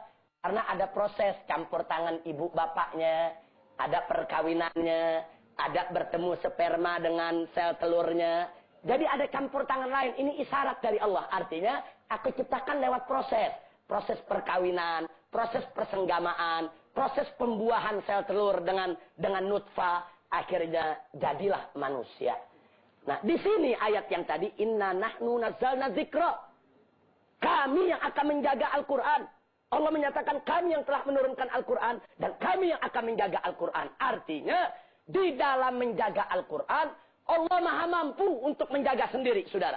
Tapi, Allah menciptakan sunnahnya. Dengan cara apa menjaga Al-Quran? Dengan cara mengizinkan banyak hamba-hambanya diberikan karunia hafal Al-Quran. Subhanallah. Kita jangan cerita di negara Arab. Di Indonesia saja ada ratusan ribu yang hafal Quran. Anda boleh datang ke pesantren-pesantren tahfidzul Quran, ya ikhwan. 30 juz mereka hafal. Coba kita lihat. Kita kalau ngelihat Al-Quran, saudara, yang belum pernah ngapalin, begitu lihat, ya Allah, gimana ngapalnya nih? 30 juz, kadang-kadang satu ayat setengah mati, saudara. Tapi ini fakta. Di Indonesia ratusan ribu orang hafal Al-Quran. Bahkan di Mesir, itu di tingkat-tingkat TPA, yang 8 tahun, 10 tahun, ada yang udah hafal 30 juz Al-Quran. Coba kita lihat, saudara. Ini karunia dari Allah. Allah yang memberikan karunia. Untuk apa Allah berikan karunia itu? Untuk menjaga kitab sucinya. Jadi dari zaman Nabi sampai hari ini, Al-Quran dijaga bukan dengan tulisan. Tapi Al-Quran dijaga dengan bacaan dan hafalan. Makanya saudara, kalau ada yang nggak sengaja aja cetak Al-Quran salah. Ada penerbit nyetak Al-Quran salah. Itu biasanya nggak sampai seminggu ketahuan, saudara. Ketahuan begitu ada yang baca, kayaknya bacaannya lain. Kayaknya harokatnya beda nih. Kenapa? Karena dia hafal, dia sering baca. Begitu dirujuk ke yang mushaf cetakan lain, ternyata ketemu. Memang salah cetak, saudara. Itu yang salah cetak aja satu baris bisa ketahuan. Bagaimana yang mau masukin? Kebongkar. Makanya sampai detik ini, tidak ada satupun musuh Islam yang mampu memasukkan Al-Quran. Bukan mereka tidak berusaha, mereka berusaha. Sudah mereka lakukan. Israel pernah mencetak 1 juta eksemplar Al-Quran yang sudah dipasukan, saudara. Dia pasukan cuma beberapa harokat, beberapa kata, tidak banyak, terbongkar. Nah, makanya ini janji Allah. Inna nahnu nazzalna dzikra wa inna lahu lahafidun. Jadi Allah memakai inna di sini li ta'zimi dzatillah, untuk menunjukkan keagungan zatnya. Tapi pada saat yang sama, untuk Allah memberikan isyarat. Bagaimana cara Allah, yaitu menjaga Al-Quran, dengan melibatkan hamba-hambanya yang soleh, hamba-hambanya yang beriman, hamba-hambanya yang hafid, hamba-hambanya yang qari, sehingga Al-Quran tidak bisa dipasukan oleh siapapun. Alhamdulillahirabbil alamin. Nah, ini jawabannya. Jadi jelas, Al-Quran bukan teks budaya. Bukan. Al-Quran bukan manuskrip. Kalau ada mengatakan, tapi dulu sahabat banyak yang nulis itu di pelepah korma. Ada yang nulis di kulit, itu kan manuskrip. Betul. Tapi bukan itu sumber Al-Quran. Itu nulis apa yang ada di Hafalan. Berarti sumbernya di mana? Hafalan. Nah, karena sumbernya hafalan, nggak bisa dilakukan kritik teks. Karena dia bukan teks. Filologi itu adalah metode yang digunakan untuk mengkritik teks yang ada di manuskrip. Karena Al-Quran bukan teks manuskrip, nggak bisa filologi dilakukan terhadap Al-Quranul Karim. Alhamdulillah. Nah, ini yang mesti kita pahami. Nah, ini kadang-kadang banyak yang salah paham. Nah, dia pikir Al-Quran ini manuskrip, jadi boleh dilakukan metode filologi. Kritik teks, kritik redaksi, kritik sastra, kritik sejarah. Nggak bisa. Kalau Al-Quran itu manuskrip, ya betul. Bisa dilakukan metode filologi. Tapi Al-Quran bacaan yang dihafal. Dan qiraatnya juga mutawatirah. Dari Nabi sampai ke kita. Alhamdulillahirabbil alamin. Sekarang yang kedua. Tadi mereka katakan. Hermeneutika Al-Quran. Teks Al-Quran adalah teks budaya. Tadi kan begitu mereka bilang. Nah, apa sih sebetulnya mereka maksud? Perhatikan. Ini ucapan mereka. Sejak awal Al-Quran diturunkan kepada Muhammad. Hingga wafatnya. Kurang lebih 23 tahun. Al-Quran berinteraksi dengan merespon dan mengakomodir. Realitas. Itu situasi, kondisi, kenyataan, dan budaya masyarakat Arab. Sehingga Al-Quran tidak bisa melepaskan diri dari kungkungan realitas dan budaya yang ada di masa itu. Karenanya Al-Quran adalah teks yang dilahirkan realitas dan diproduksi oleh budaya. Perhatikan, ini ungkapan mereka kelihatannya ilmiah, akademis. Yang begini yang masuk ke kampus-kampus, saudara. Nah, sekarang bagaimana cara kita menjawab ini? Nah, cara jawabnya perhatikan. Kita jawab dengan tafsir. Kita nggak menggunakan istilah hermeneutika. Al-Quran bukan teks budaya. Al-Quran saat diturunkan justru menentang dan ditentang oleh budaya Arab. Mari kita lihat selanjutnya. Nanti kita jelaskan. Masyarakat Arab jahiliyah memandang Al-Quran saat diturunkan sebagai sesuatu yang aneh dan asing. Karena bertentangan dengan realitas dan budaya mereka. Bagaimana nggak dianggap aneh? Mereka sudah biasa mengubur hidup-hidup anak-anak perempuan mereka sebagai satu budaya yang bagus. Al-Quran bilang budaya jelek. Mereka sudah biasa judi. Al-Quran datang mengharamkan judi. Mereka sudah biasa khamar. Al-Quran datang mengharamkan khamar. Mereka lihat Al-Quran aneh. Bertentangan dengan realitas dan budaya. Sampai-sampai Rasulullah dikatakan sahirun majnun. Ini orang sudah gila. Masa budaya yang sudah berurat berakar selama berabad-abad mau dilawan? Nah, ini saja sudah cukup bukti buat kita. Orang Arab sendiri, masyarakat jahiliyah, nggak pernah mengatakan Al-Quran itu produk budaya mereka. Enggak. Justru mereka mengatakan ini Al-Quran aneh. Bertentangan dengan budaya kita.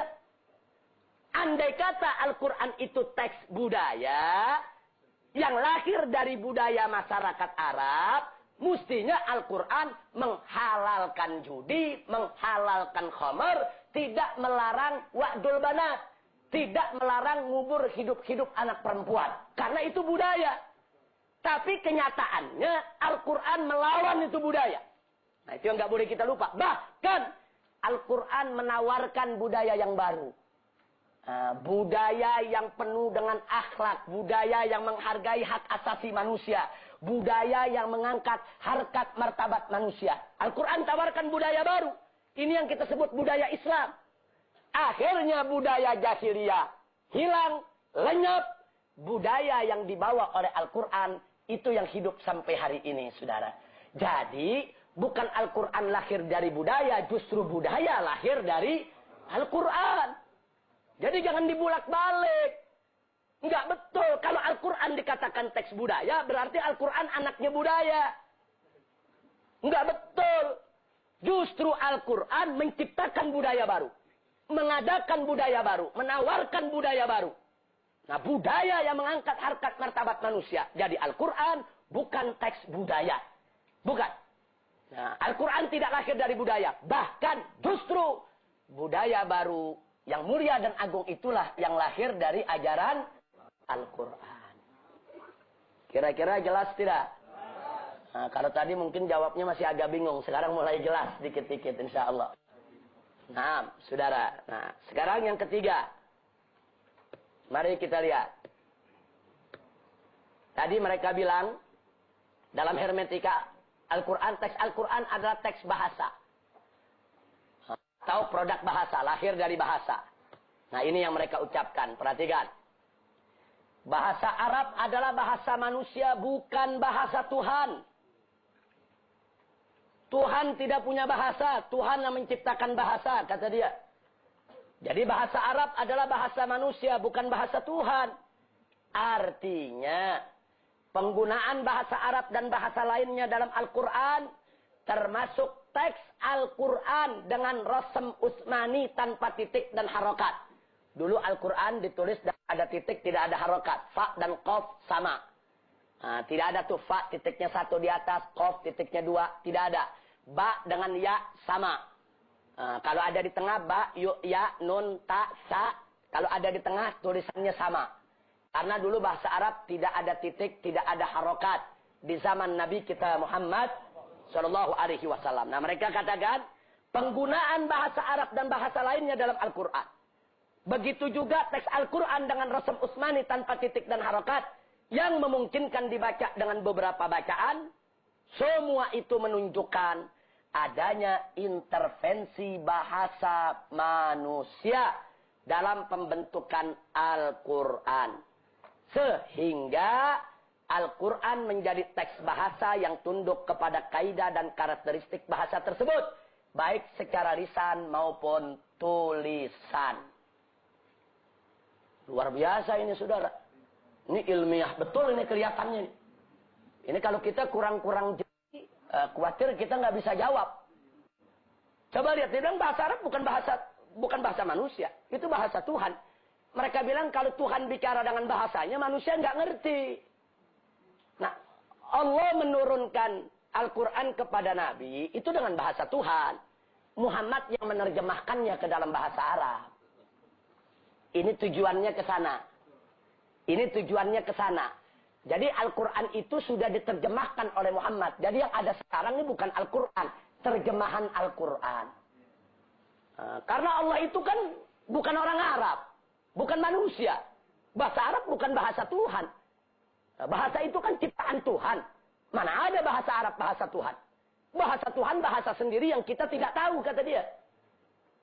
Tapi Muhammad diberikan kebisaan untuk memahami bahasa Tuhan. Nah setelah itu, karena manusia nggak ngerti, Muhammad menerjemahkannya ke dalam bahasa manusia, yaitu bahasa Arab. Luar biasa. Ini saya mau tanya, ini racun bukan ini? Oh ini racun matikan ini. Ini racun, oh dahsyat ini saudara.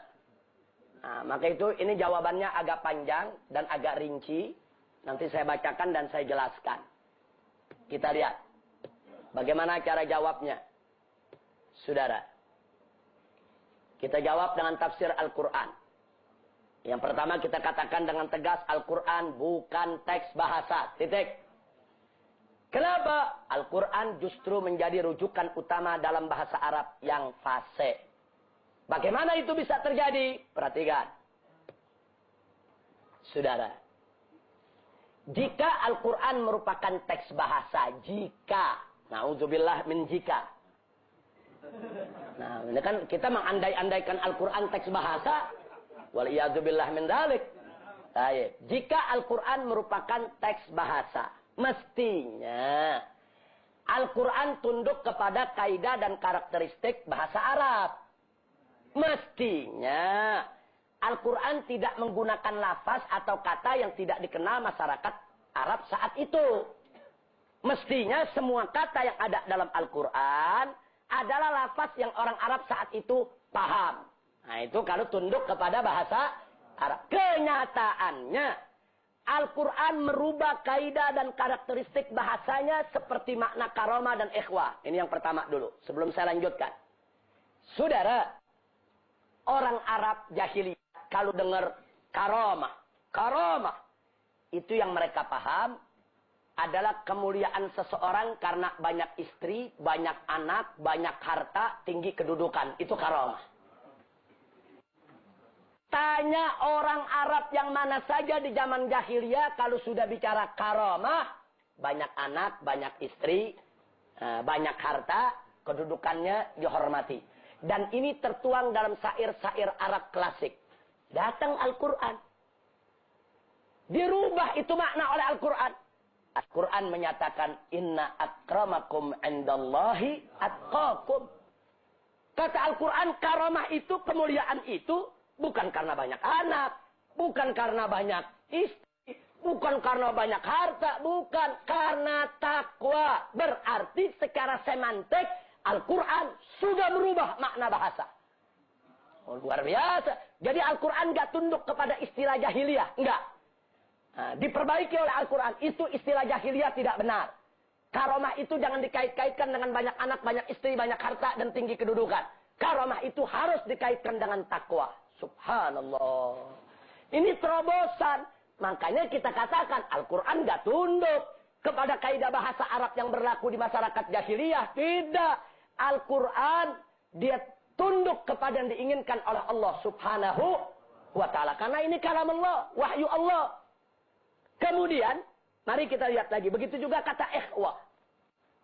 Kata ikhwah itu masyarakat Arab pahamnya yang namanya ikhwah, ya saudara, senasab, titik. Tapi lagi-lagi Al-Quran merubah. Innamal mu'minuna ikhwah. Sesungguhnya orang-orang yang beriman itu adalah ikhwah. Dirubah lagi sama Al-Quran itu arti.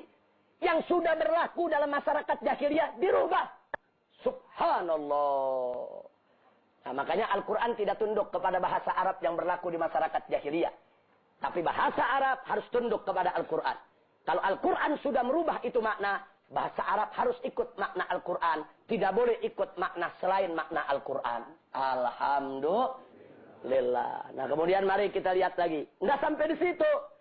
Dan Al-Quran menggunakan lafaz atau kata yang masyarakat Arab tidak kenal. Seperti huruf muqatta'ah. Alif, lam, mim. Nggak ada orang Arab yang paham artinya, saudara. Nggak ada. Dari dulu sampai sekarang, nggak ada yang paham. Kalau Al-Quran harus tunduk kepada kaidah bahasa Arab yang ada di masyarakat jahiliyah, mestinya huruf muqatta'ah nggak ada dalam Al-Quran, saudara. Tapi kenapa ada? Kenapa Allah gunakan huruf muqatta'ah? Ini sebagai isyarat buat kita. Kalau suatu saat nanti, jadi Allah udah tahu. Nanti di tahun 2010, Allah udah tahu, saudara. Akan ada orang mengatakan Al-Quran itu harus tunduk kepada kaidah bahasa. Makanya apa? Allah masukin tuh alif lam mim, alif lam ra. Yang dulu mungkin kita belum paham maksudnya apa. Sekarang baru kita paham manfaatnya, saudara. Manfaatnya apa? Bukti. Kalau Al-Quran tidak tunduk kepada kaidah dan karakteristik bahasa Arab yang berlaku di masyarakat jahiliyah. Imam Syafi'i radhiyallahu ta'ala anhu menolak. Kalau ada yang mengatakan dalam Al-Quran ada bahasa Persia, dalam Al-Quran ada bahasa Suryania, dalam Al-Quran ada bahasa Habasyiyah. Nah, sekarang kita tanya, lalu bagaimana Abarik? Lalu bagaimana Asfar? Bagaimana Araik? Saudara, ada dua jawaban. Ada dua jawaban. Kalau suatu kata dimasukkan oleh Allah dalam Al-Quran, yang ketika Al-Quran diturunkan, kata tersebut biasa dipakai oleh orang Persia.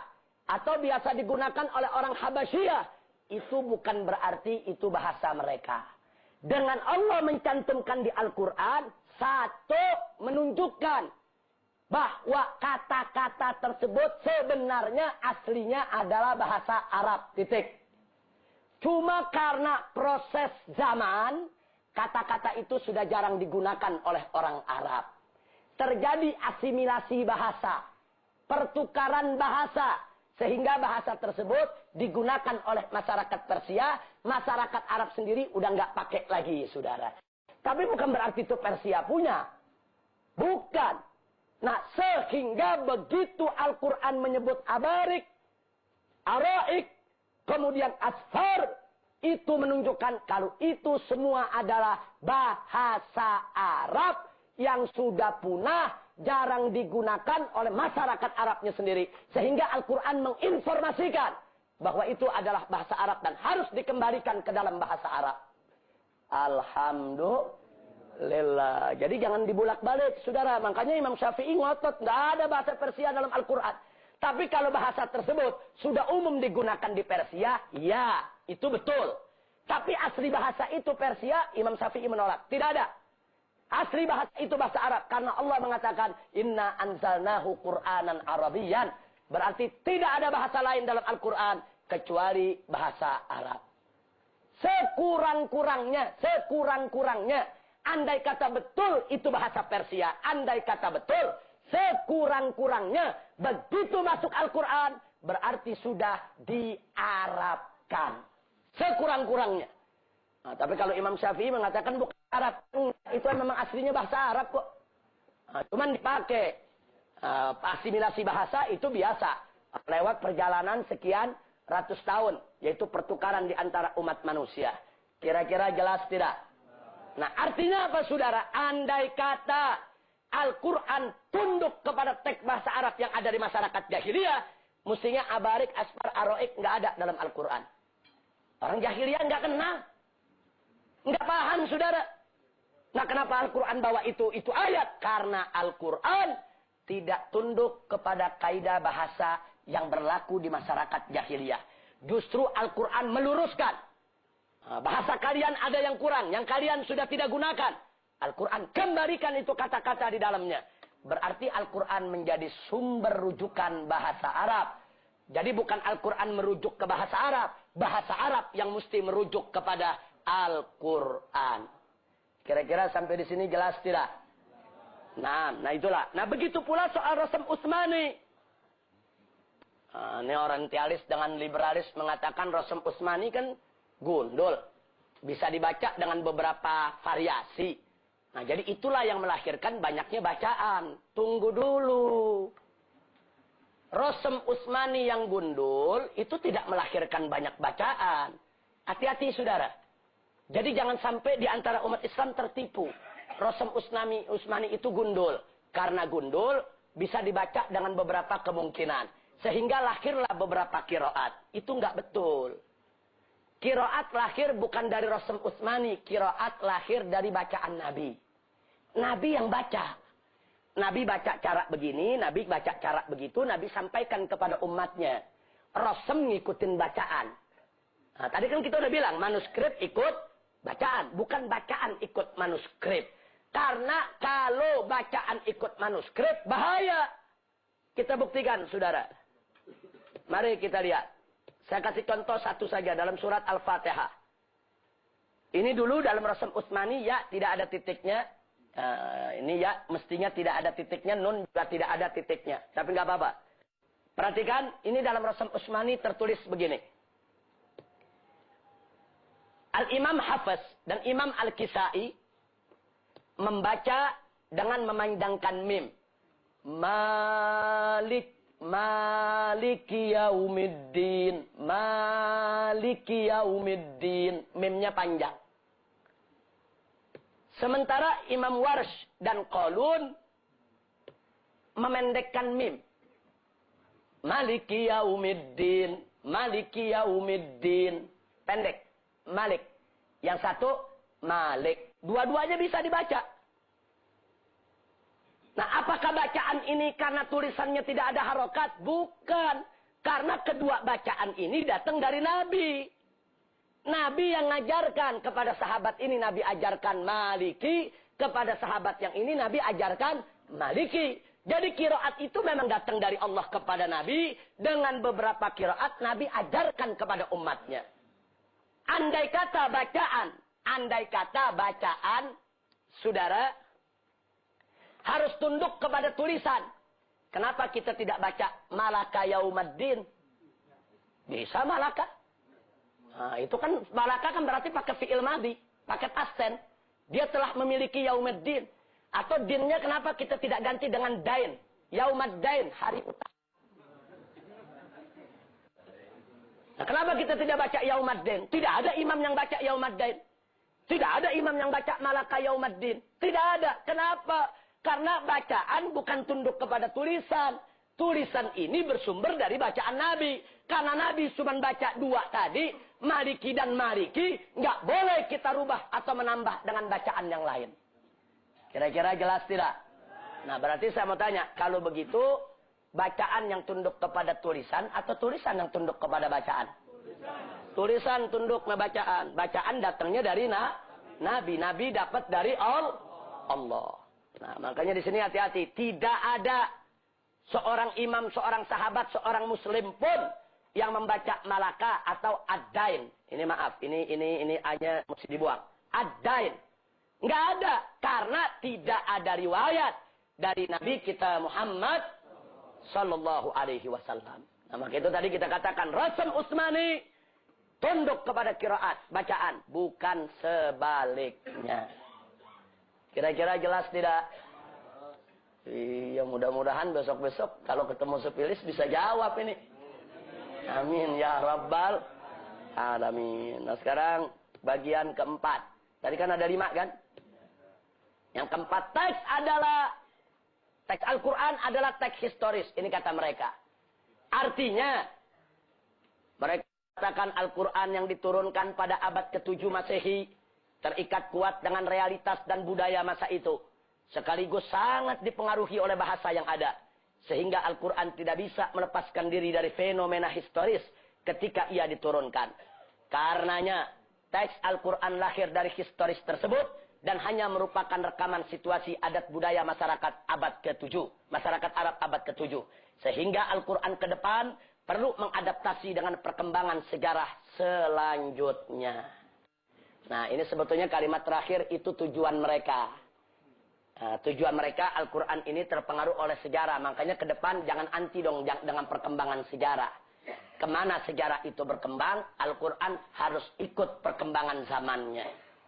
Nastaghfirullahaladzim wa natubu ilaih. Nah, bagaimana cara menjawab ini? Mari kita lihat jawabannya. Taib. Al-Quran bukan teks historis. Sekali lagi, Al-Quran bukan teks historis. Al-Quran adalah transhistoris. Yaitu melampaui historisitasnya sendiri. Maksudnya, mari kita lihat. Al-Quran tidak terikat dan tidak dipengaruhi fenomena historis. Yaitu realitas budaya dan bahasa masyarakat Arab abad ke-7 Masehi. Buktinya, Al-Quran bukan hanya merekam historis di masa turunnya, tapi juga historis masa lalu di luar wilayah turunnya. Dan masa akan datang yang jauh dari jangkauan realitas budaya dan bahasa masyarakat Arab abad ke-7 Masehi. Dan Al-Quran telah membuktikan bahwasanya ia tetap sesuai untuk setiap bangsa, tempat, dan zaman. Maksudnya begini, saudara. Kalau Al-Quran dikatakan teks historis, Al-Quran lahir dari sejarah yang ada. Berarti ruang lingkup bahasan Al-Quran itu hanya bisa bicara sejarah masa lalu dengan yang sedang terjadi. Al-Quran tidak akan mampu bicara yang akan datang. Karena dia terikat dengan sejarah saat itu. Kalau itu buatan manusia. Kalau itu yang karang manusia. Karena manusia nggak tahu apa yang akan terjadi nanti. Tapi karena Al-Quran diturunkan oleh Allah, Al-Quran mampu menceritakan apa yang akan terjadi di masa yang akan datang. Salah satu contoh. Allah berfirman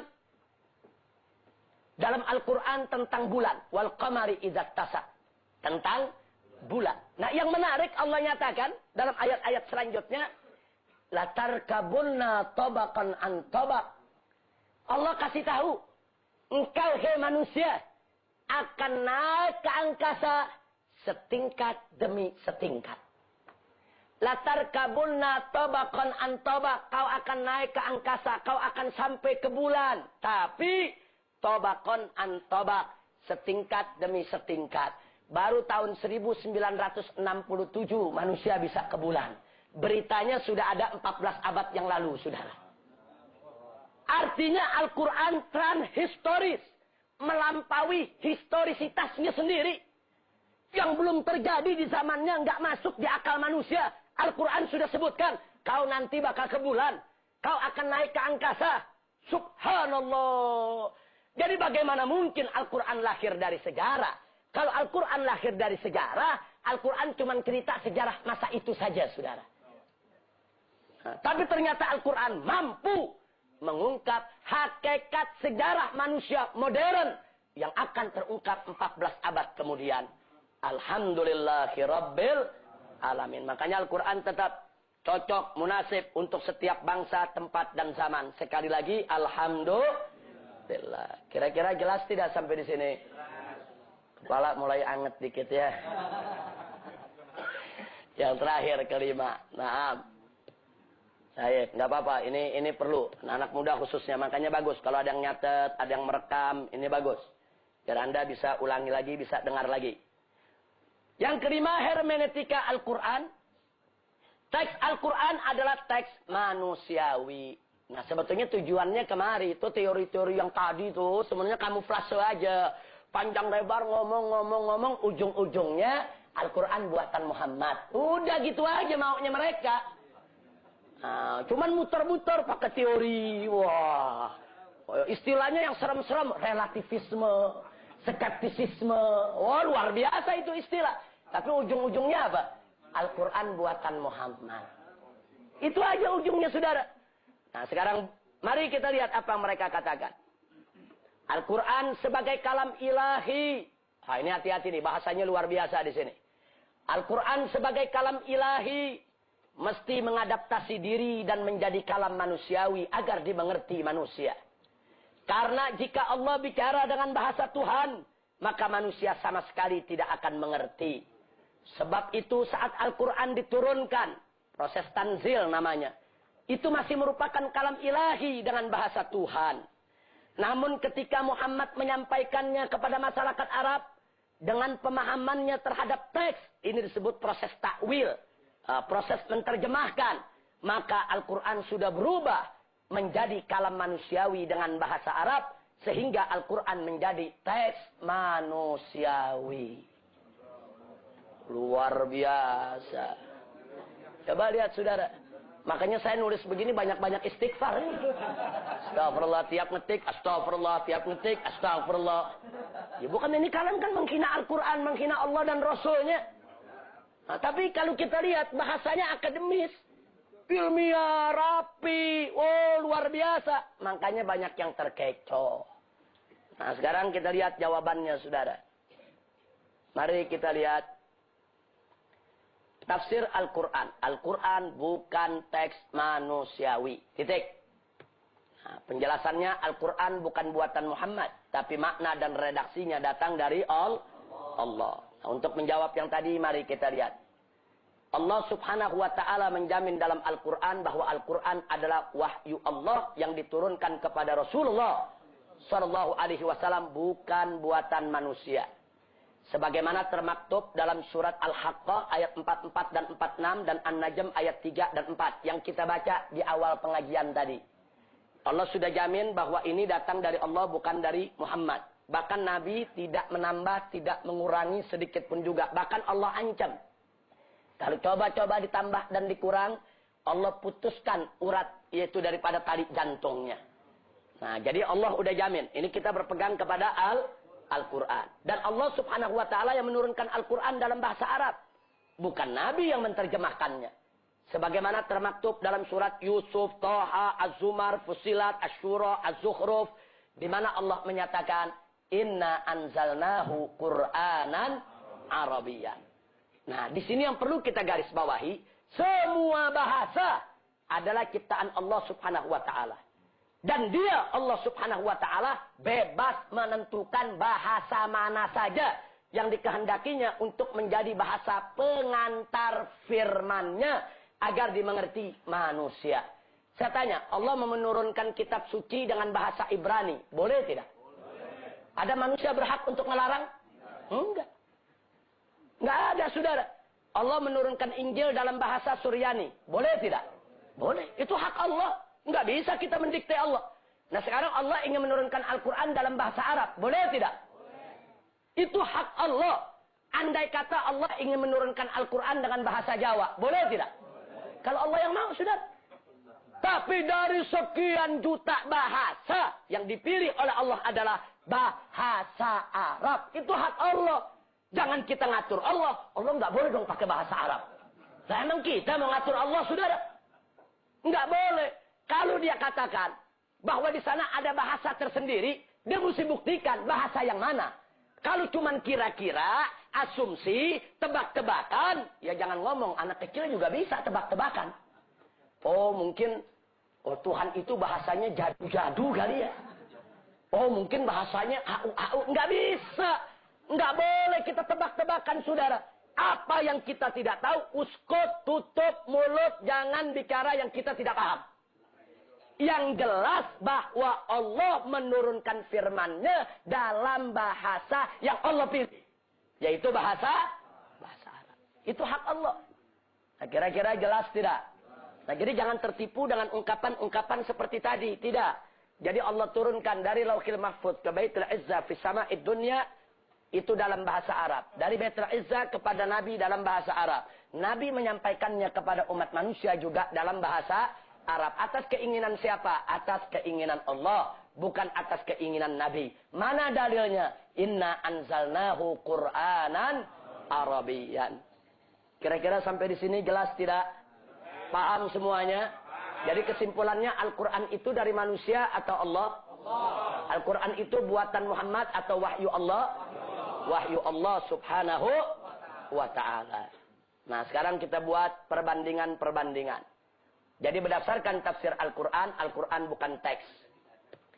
Yang kedua, Al-Quran bukan teks budaya. Al-Quran bukan teks bahasa. Al-Quran bukan teks historis. Al-Quran bukan teks manusiawi. Nah, ini kalau kita bicara dengan tafsir Al-Quran, bukan dengan hermeneutika. Nah sekarang mari kita lihat perbandingan antara hermeneutika dan tafsir. Nah, sepintas selalu saja, sudah kita jelaskan semua. Ini hanya sistematikanya saja. Al-Quran antara hermeneutika dan tafsir dalam teks. Kita lihat. Nah, itu yang merah di atas berdasarkan hermeneutika. Yang hijau berdasarkan tafsir. Nah, berdasarkan hermeneutika, Al-Quran adalah teks. Berdasarkan tafsir, Al-Quran bukan teks. Nah, dua. Berdasarkan hermeneutika, teks Al-Quran adalah teks budaya. Berdasarkan tafsir, bukan teks budaya. Tiga. Al-Quran adalah teks bahasa. Berdasarkan tafsir, bukan teks bahasa. Empat. Teks Al-Quran berdasarkan hermeneutika adalah teks historis. Berdasarkan tafsir, bukan teks historis. Lima. Teks Al-Quran adalah teks manusiawi. Berdasarkan hermeneutika. Tapi berdasarkan Al-Quran, bukan teks manusiawi. Nah, kira-kira sampai di sini jelas? Nah, sekarang yang berikutnya. Nah, masih ringkasan. Al-Quran, hermeneutika, dan tafsir dalam sifat. Nah, ini penting. Hermeneutika bersifat relativisme. Tafsir relatif tidak ada yang mutlak benar. Sedangkan tafsir ada yang qat'i, mutlak benar. Dan ada yang zonni, yakin benar. Contoh yang mutlak benar. Qul huwallahu ahad. Katakanlah wahai Muhammad, Allah itu ahad, esa, tunggal, satu, tidak berbilang. Saya tanya, itu kira-kira benar atau mungkin benar? Mutlak benar atau mungkin benar? Mutlak benar. Jadi dari mana mereka mengatakan semua tafsir relatif? Kalau semua tafsir relatif, berarti keesaan Allah juga relatif. Tunggalnya Allah juga relatif. Itu bahaya, rusak akidah. Nah, jadi dalam Al-Quran ada yang qat'i, mutlak benar. Ada yang zonni. Ini sudah saya bahas waktu kita belajar usul dan furu. Taib. Nah, ini nomornya salah. Ini mestinya nomor 1, bukan nomor 2. Nah, kita balik itu. Nah, sekarang yang kedua. Skeptisisme. Ini sifat hermeneutika. Selalu ragu dengan kebenaran Al-Quran. Ragu. Nah, tapi kalau tafsir, yakin bahwa Al-Quran adalah wahyu Allah. Nah, lihat bedanya, saudara. Yang satu skeptis. Yang satu yakin. Nggak ada itu ragu-ragu, saudara. Ketiga. Hermeneutika, desakralisasi Al-Quran sebagai kitab biasa yang tidak suci. Nah, jadi dia menganggap Al-Quran udah nggak suci, nggak sakral. Nah, tapi kalau berdasarkan tafsir, Al-Quran adalah kitab yang sakral. Suci, agung, mulia, dan penuh mukjizat. Titik. Ini nggak perlu diragukan lagi. Kenapa? Karena dari awalnya kita tahu ada yang qat'i. Dari awalnya kita yakin bahwa yang qat'i itu adalah mutlak benar. Yang keempat, berdasarkan hermeneutika, pembebasan Al-Quran dari dogma sehingga siapa saja berhak menafsirkannya. Tapi berdasarkan tafsir, hanya mufassir yang memenuhi syarat yang boleh menafsirkan Al-Quran. Nggak boleh sembarang orang menafsirkan Al-Quran. Nah, yang kelima, siklus hermeneutis yang membuat makna senantiasa berubah. Nah, itu hermeneutika. Nah, tapi kalau yang namanya tafsir Quran, makna Al-Quran statis tidak berubah. Pemahaman mufassir yang terbatas. Kadang-kadang di satu zaman belum dipahami, di zaman lain baru dipahami. Seperti latar kabunna tobakon antobak. Tapi yang berkenaan dengan akidah, itu statis, tidak ada perubahan. Dari diturunkan Allah Esa. Apa ada tafsir sekarang Allah tidak Esa lagi? Nggak ada. Tetap statis. Nah, taib. Nah, kalau setelah itu, saudara, akhirnya saya himbau semua. Waspada terhadap mega proyek Spilis dan Asia Foundation di Indonesia. Yang mana mereka sedang menggarap tafsir Al-Quran edisi kritis. Kalau ini sampai mereka terbitkan, maka ini akan menjadi musibah buat kita dan ini tantangan buat kita untuk melawan mereka. Ini akan terjadi huru-hara. Nah, saya ingatkan dari sekarang, ini tantangan. Entah kita ngalami atau mungkin anak cucu kita yang akan mengalaminya. Wallahu a'lam. Nah, kemudian waspada terhadap tokoh-tokoh Spilis. Kalau Anda beli buku, tolong waspada. Nah, sejumlah diantaranya berasal dari Mesir. Seperti Rifa'ah At-Tahtawi. Nah, kalau Anda mendengar nama ini, kitab nggak usah dibeli. Ini tokoh Spilis. Hati-hati, ini termasuk yang menggunakan hermeneutika. Jadi orang Islam yang pertama kali ikut menggunakan hermeneutika, ini orangnya. Dari Mesir. Kemudian yang kedua, Qasim Amin. Ya, ini juga dari Mesir. Kemudian ada Ali Abdul Razik. Ini juga dari Mesir. Kemudian ada Faruk Faudah. Ini juga ini dari Mesir semua. Hasan Hanafi. Nah, ini juga tokoh-tokoh Spilis. Kemudian Abid Al-Jabiri. Kemudian masih ada Toha Hussein. Nah, kemudian masih ada Nawal As-Sa'dawi. Dan masih ada lagi Nasr Hamid Abu Zaid. Ini kemarin diundang ke Indonesia. Nah, ini diundang ke Indonesia buat seminar yang mengadakan tokoh-tokoh liberal. Oh, luar biasa. Ini dianggap nabinya kaum liberal. Oh, luar biasa. Apa yang keluar dari dia udah dianggap wahyu, saudara. Taib. Masih ada lagi Muhammad Sahrur. Nah, ini juga yang punya proyek hermeneutika. Berikutnya adalah Muhammad Arkon. Ini semua tokoh-tokoh Mesir, tolong. Kalau Anda dapat bukunya, nggak usah dibeli, nggak usah dibaca. Kalau Anda tidak paham, jangan lihat, oh ini orang Arab yang bikin orang Mesir main beli. Hati-hati. Nah, sementara kalau yang dari India, Pakistan, ada Ahmad Khan. Nah, ini juga waspada. Dan masih ada Fazlur Rahman. Nah, ini Fazlur Rahman ini yang sangat dibanggakan oleh kaum liberal Indonesia. Sementara di Indonesia, ada Harun Nasution. Ini sudah wafat. Kemudian ada Gus Dur. Ini juga sudah wafat. Kemudian ada Nurkholis Majid. Ini juga sudah wafat. Kemudian ada Dawam Raharjo. Nah, ini mantan ketua Muhammadiyah. Yang membela Ahmadiyah habis-habisan. Kenapa? Karena dia termasuk punya pemikiran seperti tadi. Relativisme. Yaitu meragukan tentang kebenaran. Kemudian masih ada Johan Effendi. Ini yang kemarin hadir di Mahkamah Konstitusi menjadi saksi ahli untuk membela Ahmadiyah. Masih ada Lutfi Syauqani. Ini yang kemarin di Mahkamah Konstitusi mengatakan Muhammad sama dengan Lia Eden. Kemudian Ulil Absar Abdallah. Ini pernah menulis di Kompas beberapa tahun lalu. Mereka mengatakan sosok Muhammad itu adalah sosok manusia biasa yang harus kita kritisi. Jangan anggap Muhammad itu serba tidak punya salah. Tapi kita harus berani untuk mengkritik kesalahan-kesalahan Muhammad. Nah, jadi jangan kaget. Kalau Al-Quran aja mereka berani protes, Allah aja mereka berani protes, apalagi Nabi, saudara, yang dianggap manusia oleh dia. Nah, kemudian masih ada Sumanto Qurtubi. Nah, ini yang mengarang kita buku Lubang Hitam Agama.